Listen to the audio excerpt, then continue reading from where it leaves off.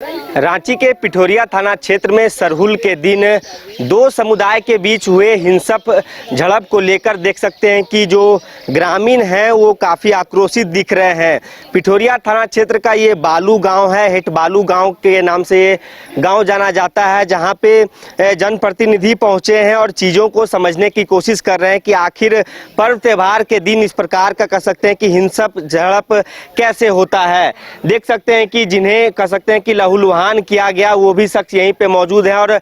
कैसे ये पूरी घटना हुई इससे लोग अवगत हो रहे हैं और ये बता रहे हैं कि आखिर ये लहूलुहान कैसे होते हैं। सर पे देख सकते हैं कि पट्टी बंधा हुआ है और खून के निशान अभी भी देखने को मिल सकते हैं। हमारे साथ खिजड़ी से पूर्व विधायक रामकुमार पाहन जी हैं, इनसे समझते हैं। सरहुल का एक कह सकते हैं कि प्रकृति पर्व है, लोग शांतिपूर्ण तरीके से त्यौहार मना रहे थे, आखिर इस प्रकार की घटना क्या समझे हैं सर यहाँ? नहीं, निश्चित रूप से जिस तरह से घटना घटा है ये घटना एक प्री प्लानिंग घटना है, क्योंकि यहाँ से लोग सरना स्थल पर बजा गजा के साथ में लोग जा रहे थे और जाने के क्रम में जहाँ पर दूसरे समुदाय के लोग रहते हैं, जहाँ पर आदिवासी समाज का हरगड़ी है, वहीं पर इन लोगों को थोड़ी थोड़ी बातों में इन लोगों के साथ मारपीट कर दिया और मारपीट ही नहीं किया बल्कि तलवार और फरसा निकाल कर जिस तरह से कोई प्री प्लानिंग युद्ध होता है, जिस तरह से किसी को मर्डर करने का जो प्लानिंग होता है, उस तरह से पाहन को और उनके बेटा को और परिवार के लोगों को तलवार से इन लोगों को काटा गया। अगर वहाँ पर जिस तरह से महिला बहन लोग बोल रही है, अगर महिला बहन लोग वहाँ पर नहीं रहती तो हमको लगता है कि यहाँ पर निश्चित रूप से निर्मम हत्या भी हो सकता था। साथ ही साथ जिस तरह से महिला दीदी लोग बता रही है,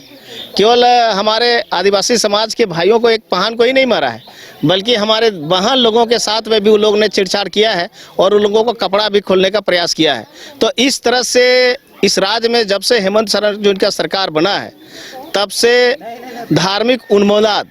जात पात के नाम पर, धर्म के नाम पर इस तरह से झगड़ा हमको लगता है कि देखने को मिल रहा है। इसलिए मैं प्रशासन से भी और हेमंत सोरेन सरकार से भी मैं यही आग्रह करना चाहता हूं कि कब तक आप आदिवासी समाज के लोगों को एक एक करके इस तरह से आप मरवाएंगे। अगर आप में थोड़ा सा भी शर्म है और थोड़ा सा भी अगर आपका हिम्मत है तो निश्चित रूप से अगर आदिवासी का जल जंगल जमीन की बात करते हैं, आदिवासी के हित की बात करते हैं, तो जिस तरह से यहाँ पर आदिवासी लोगों को मारा गया है तो उसको जो लोग भी दोषीदार हैं उसको त्वरित कार्रवाई करें और उन लोगों को सजा मिले। इसीलिए आज हम लोग यहाँ पर आए हैं और अभी मैं यहाँ पर तुरंत आकर ग्रामीण एसपी से भी मैंने बात किया है और ग्रामीण एसपी को भी कहे कि इसको आप तुरंत तहकीकात करिए और इस पर देखिए इसके पीछे कौन लोगों का हाथ है। आखिर हमारा आदिवासी लोगों को क्यों मारा जाता है और भी धर्म के नाम पर, जबकि रोड में सबका अधिकार है, आने जाने का है। ये लोग नाचते गाते जा रहे थे तो उस तरह पर अचानक उसके साथ में अटैक करना कहाँ का माने न्याय है, कहाँ का वो प्लानिंग है, कहाँ का ये योजना है। तो इसको पर्दाफाश करें और जो भी दोषी है उसको निश्चित रूप से कार्रवाई करें। अन्यथा आप पर अभी भी मैं मांग करता हूँ कि अगर हेमंत सोरेन जी आपने अगर सही में संविधान का शपथ लिए हैं कि इस राज्य को हम अमन चैन और शांति के साथ में रखेंगे, सभी जात को हम लेके चलेंगे, तो इस तरह से अगर उन्माद हो रहा है उसको आप कंट्रोल नहीं कर रहे तो निश्चित रूप से आप इस्तीफा दीजिए और इस राज्य को राष्ट्रपति की ओर, राष्ट्रपति के हाथ में इसको सौंपिए सत्ता को, ताकि हमारा यहाँ आदिवासी के साथ साथ झारखंड सुरक्षित रह सके। चलिए, रामकुमार पाहन थे, इन्होंने कहा है कि दोषियों पर कह सकते हैं कि सख्त कार्रवाई हो और जो भी कह सकते हैं कि पर्व त्यौहार के मौके पर इस प्रकार की घटना को अंजाम दे रहे हैं उनको कह सकते हैं कि सलाखों के पीछे भेजा जाए। सर, आपका भी ये क्षेत्र रहा है और आप भी लगातार इस क्षेत्र में कह सकते हैं कार्य करते आए हैं,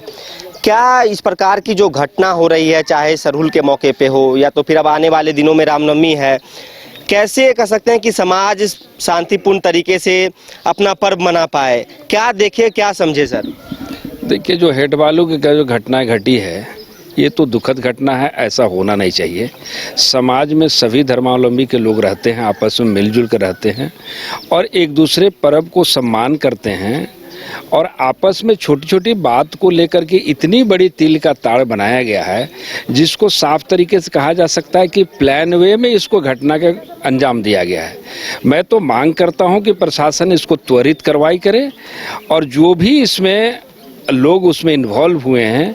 उनको कड़ी से कड़ी सजा मिले, ताकि इस तरह से घटना की पुनरावृत्ति फिर से न हो। आने वाला दिन में रामनवमी का पर्व है और कई एक प्रकार के पर्व होते हैं। आज सिर्फ पर्व है ऐसा नहीं है, हमें तो कहना है कि 365 दिन आपसी समझौता, आपसी प्रेम से, एक सामाजिक समरसता के भाव से समाज को रहना चाहिए। कोई भी ऊंच नीच का भाव नहीं और कोई भी एक दूसरे के धर्मावलंबी पर विवाद नहीं आना चाहिए, बल्कि एक दूसरे के पर्व में एक दूसरे को शामिल होकर के उसमें एंजॉय करना चाहिए, ना कि इस प्रकार के अंजाम देना चाहिए। एक दूसरे के माथा फोड़ दिया गया है। घटना काफ़ी दूर तक जा सकती थी, लेकिन आदिवासी समाज के लोग समझदारी से इसको लोगों ने रोका है। हम चाहते हैं कि प्रशासन इस पर त्वरित कार्रवाई करे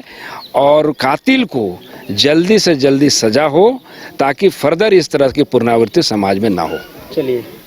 कांके से पूर्व विधायक रहे जीतू चरण राम भी यहाँ पहुँचे हैं और इस गांव में कह सकते हैं कि कैसा था माहौल, कैसे हुई ये पूरी घटना, इसे समझने की कोशिश कर रहे थे।